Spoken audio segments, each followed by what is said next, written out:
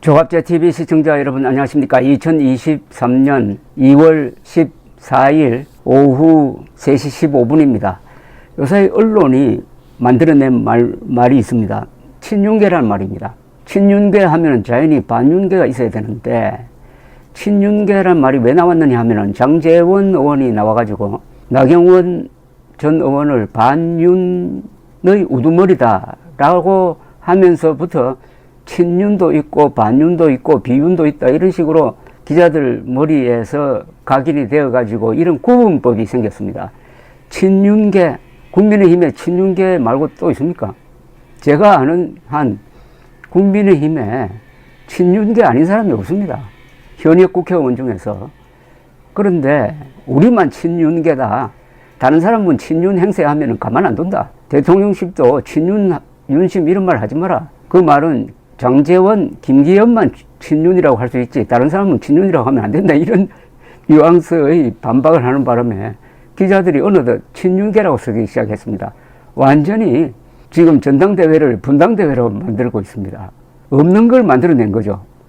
친윤, 반윤 따로 없는데 친윤이라고 하니까 반윤이 저절로 생깁니다. 앞으로 반윤이 생깁니다.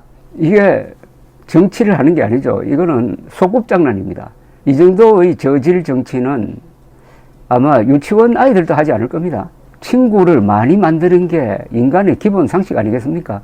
그런데 전부 다 친구인데 윤석열 대통령 입장에서 보면은 국민의힘 국회의원들이 전부 다 친구고 국민의힘 국회의원 중에 단 한 사람도 윤석열 대통령에게 도전하겠다는 사람이 없는데 몇 사람만 챙기다가 보니까 나머지를 지금 적으로 돌리고 있습니다. 더구나 안철수 의원을 국정 운영의 적이라고 해버리고 말았습니다. 왜 이렇게 정치가 이렇게 저질이 되었을까요? 그거 나중에 좀 설명을 한번 해보겠습니다.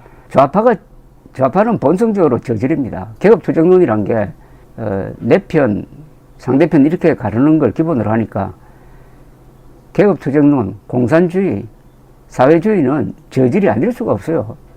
그러나 저질이면서도 권력을 잡는 데 있어서는 전문가적인 역량을 발휘합니다. 그런데 이 국민의힘의 이 저질 정치는 계산이 안 됩니다.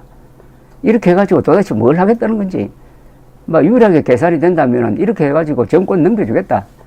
4년 뒤에 정권 넘겨주겠다는 작심을 하고 이렇게 한다면 그건 이해가 가는데 그것도 아닌 것 같아요. 친윤계, 딱 이 기사가 이렇게 나옵니다. 친윤계 국민의힘 유상범 의원이 조선닷컴의 기사문의 시작이 이렇게 됩니다. 친윤계 국민의힘 유상범 의원이 오늘 이준석 전 대표를 겨냥해 숨어 있다가 선거가 있으면 연탄가스처럼 탁 나타난다고 비판했습니다. 전 대표를 연탄가스에 비유하면 되겠습니까? 당장 이준석 대표의 반격이 나왔습니다. 연탄가스를 쐬고 바퀴벌레들이 못 참고 튀어나올 때 가장 보람을 느낀다. 연탄가스 하니까 이쪽에는 바퀴벌레 이래 나옵니다. 연탄가스와 바퀴벌레. 이게 국민의힘입니까? 국민의힘은 연탄가스와 바퀴벌레입니까? 유상범 의원은 MBC 라디오 김종배의 시선집중에 나와가지고 이 사람 MBC 라디오에 왜 나옵니까 도대체? MBC 라디오에 출연하는 국민의힘 이거 정신이 제대로 박힌 사람입니까? 일단 거기 나와가지고 3.8 전당대회 컷오프에서 친이준석계 후보들이 약진했다는 평가에 대해 동의하지 않는다며 연탄가스 운운했습니다. 그는 책임 당원들은 대선 과정에서 이전 대표가 했던 내부 총질, 내부 분열에 대해서 굉장히 반감이 큰 분들이 많다. 천하람 당대표 후보, 허나 김용태 최고위원 후보, 이기인 청년 최고위원 후보 네 분이 독자적으로 나왔다면 모를까. 지금 사실상 이준석 아바타로서의 모습이 그대로 보인다. 그 부분을 부정하지 않고 활용하고 있는데 100% 책임당원 투표의 경우에는 지지를 일정 부분 이상 받기는 어려울 것으로 예상한다. 미풍에 불과할 것이라고 했습니다. 유 의원은 당원들은 5년 전, 10년 전의 일도 잘 잊지 않는다며 불과 1년 전에 벌어졌던 그 많은 내부 총질과 더 심하게 하면은 대선 과정부터 윤석열 대통령이 당선된 이후까지 이전 대표 행보를 두고 분탕질이라고 표현도 하는데 책임당원들이 이런 부분을 굉장히 강하게 인식하고 있다고 했어요. 자, 연탄가스란 말을 처음 썼던 사람이 있는 모양입니다. 유상범 의원 이야기가 이전 대표는 숨어 있다가 선거가 있으면 우리 모 시장께서 말씀하시듯이 연탄가스처럼 탁 나타난다. 그동안 자명했다가 선거 때가 탁 되니까 나타난다고 비판을 했는데, 여기서 모 시장이라는 사람은 홍준표 대구시장을 인용한 것으로 보입니다. 홍준표 씨는 지난달 11일 유승민 전 의원과 설전을 벌이다가 그를 향해 연탄가스처럼 틈새만 있으면 비집고 올라와서 당원과 국민을 이간질하는 그 못된 버릇은 새해가 됐으니 모두 버리고 아직 시간이 있을 때 개과천선하라고 했어요. 자, 이준석 전 대표가 나왔습니다. 유 의원을 향해서 바퀴벌레에 빗대면서 반격에 나섰습니다. 페이스북에 유 의원의 라디오 발언을 보도한 기사를 공유한 다음에 연탄가스를 쐬고 바퀴벌레들이 못 참고 튀어나올 때 가장 보람을 느낀다. 그들의 인명가면을 벗기려면 연탄가스가 제일이라고 했습니다. 연탄가스 대 바퀴벌레의 설전이었습니다. 지금 여러분들이 목격하고 있는 이 국민의힘의 정치 행태는 대한민국 70년 역사에서 최악입니다. 가장 저질입니다. 그리고 선은 은사가 바퀴벌레와 연탄가스로 대표되는 이 수준입니다. 왜 이렇게 됐을까요? 자, 좌파가 저질이라는 것은 설명할 필요가 없습니다. 계급투쟁론이니까 이것은 자기 편만 챙기고 자기 편이 결국 권력을 영구적으로 집권하겠다는 전략 전술에서 나온 겁니다. 그런데 거기에 맞서 싸우는 이 보수는 좀 달라야 될 것 아닙니까? 좌파와 싸우다가 보수가 좌파 닮아버리면은 그럼 괴물과 싸우다가 괴물이 되는 것하고 똑 마찬가지입니다. 절대 그러면 안 됩니다. 그래도 지난 70년 동안 대한민국이 북한 노동당 정권이라는 악마와 싸우면서 우리는 악마를 닮지 않았습니다.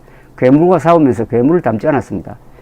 괴물과 싸우면서 괴물과 닮으면 어떻게 되느냐 하면 똑같은 독재를 하게 됩니다. 언론 자유도 없애버립니다. 그냥 우리는 그렇게 하지 않았습니다. 그만큼 많이 참았다는 거죠.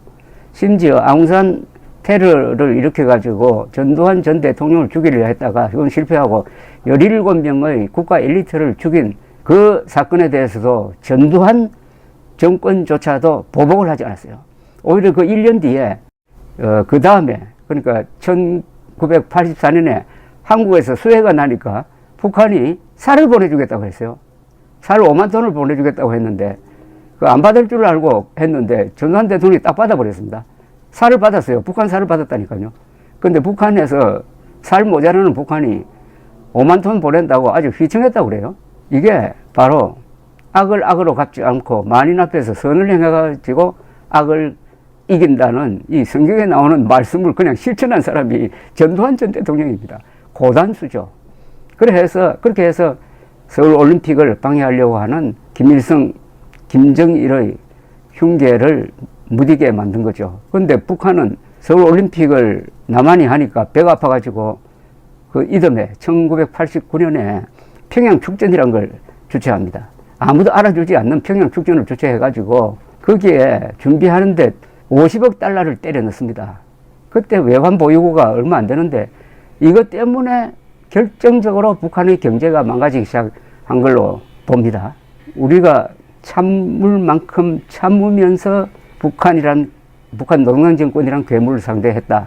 이게 한국 보수 정치의 도덕성입니다. 그런데 그 전통을 이어가야 할 국민의힘이 왜 이 모양이 되어버렸느냐 하면은 저는 딱 두 가지 이유를 듭니다. 한국의 정치가 저질이 되어버린 이유가 딱 두 가지입니다. 더 좁히면 한국의 보수주의 정치가 이렇게 저질이 된 이유는 첫째가 한글 전용입니다. 한글 전용을 하면서 국민 교양이 무너지고 말았습니다. 한글 전용을 하면서 언어 생활이 완전히 대혼란을 일으키고 말았습니다. 정확한 말이 제대로 전달되지 않고 고급 언어가 지금 사장되고 있습니다. 이렇게 되면은 말이 상스러운 정도가 아니라 소리 비슷하게 됩니다. 한국 사람들이 말을 들으면은 그 중에 70%는 한자어인데 한자어를 한글로 표기하다가 보니까 70%는 암호가 되고 말았습니다. 이 암호 생활을 하고 있습니다. 암호풀이를 하고 있습니다. 자연히 언어 생활이 혼탁해지면은 행동도 그렇게 됩니다. 교양이 무너집니다. 특히 국가 엘리트가 없어집니다. 전문가들은 많이 있는데 이 세상을 넓게 보면서 국가 또는 문명 중심으로 생각하는 시야가 넓은 대인이 안 보이게 됩니다. 균형 감각이 무너집니다. 두 번째 이유는 주한미군입니다. 주한미군이 있으니까 정치가 이렇게 돌아간다 보면 됩니다. 박정희 대통령이 1970년대에 데모한다는 보고를 받으니까 어느 날 이렇게 중얼거리듯이 이야기했다고 합니다. 주한미군이 있는 한 학생 데모는 계속될 거야. 왜 그렇겠습니까? 아무리 데모를 하고 시위를 해가지고 나라를 혼란에 빠뜨려도 주한미군이 있으니까 주한미군이 다 지켜준다 이거 아닙니까? 한미동맹이 좋은 거지만은 100% 좋은 건 없죠. 좋은 만큼 또 나쁜 점이 같이 끼어들게 됩니다. 주한미군에 의존하고 한미동맹에 의존하는 게 아니라 미국에 의존하다 보니까 북한이 핵무장을 해도 핵무장 하자는 이야기가 안 나옵니다. 그렇게 되면 어떻게 되느냐. 간첩이 친구로 보입니다. 주한미군 없고 우리 힘으로만 북한과 상대해야 된다고 생각하면 아마 국민 전체가 눈에 불을 켜고 저 어느 세력처럼 북한에 돈 대주고 특히 최근에 김영철 천안함 폭침범에게 돈 대준 이런 사건이 일어나면은 검사든 경찰이든 군인이든 정치인이든 저 시정의 저 노동자든 소상공인이든 죽이려고 할 겁니다. 그냥. 그런데 주한미군이 있고 한미동맹이 있고 하니까 그런 거는 우리 문제가 아니고 궁극적으로는 미국이 다 해결하게 되어 있다. 미국 핵까지 미국이 다 해결하게 될 테니까 내가 굳이 나서가지고 간첩 빨갱이 보면서 팔 걷어붙이고 싸울 필요가 뭐가 있느냐. 차라리 저 사람들하고 친하게 지내는 게 속 편하지. 그럼 간첩하고도 친하게 지내고 반역자하고도 그냥 노닥거리면서 지내는 것을 아주 멋지게 산다고 생각하면서 자기들보다 더 용감한 사람들, 방공투사는 뒤에서 총질하면서 거구라고 욕을 하고 하는 이런 분위기에 어느덧 물든 게 국민의 힘입니다. 자주국방을 포기한 정치는 그거는 치사한 이전투구로 갈 수밖에 없습니다. 정치에서 안보를 빼면은 남는 게 뭐겠습니까? 그거는 오로지 먹고 사는 문제 또는 내가 얼마나 더 큰 몫을 차지하느냐 하는 이권 싸움밖에 안 됩니다. 안보 문제가 있어야 정치가 진지해지고 정치가 생존의 본질을 건드리게 되는, 그래서 처절하게 싸우더라도 거기에는 미학이 있습니다. 이스라엘 정치도 한국 정치처럼 그렇게 살벌 합니다. 그러나 이스라엘 정치에는 미학이 있다 이겁니다. 즉 안보 문제에 대해서, 체제 문제에 대해서는 여야가 협력하고 한 목소리를 낸다. 그리고 적에 대해서는 단호하다. 이렇게 되니까 지금 통계를 내보면은 세계에서 행복도가 가장 높은 나라가 이스라엘이 들어갑니다. 행복감을 가장 많이 느끼는 나라 랭킹을 내면은 이스라엘이 10등 아니면 11등입니다. 왜 그렇겠습니까? 자주국방이라는 운명을 받아들이고 내 생존 문제는 내가 해결한다. 딱 이렇게 마음을 잡고 미국이 반대해도 결국 핵 개발해가지고 한 400개 정도 되는 핵폭탄을 딱 가지고 있고 그 핵폭탄을 운반할 수 있는 각종 미사일 다 가지고 있고 만약 이스라엘 사람 한 사람 죽이면 우리는 7명 죽인다. 7대1의 비율로 보복하고 그런 식으로 살아가니까 얼마나 당당하겠습니까? 위험하죠.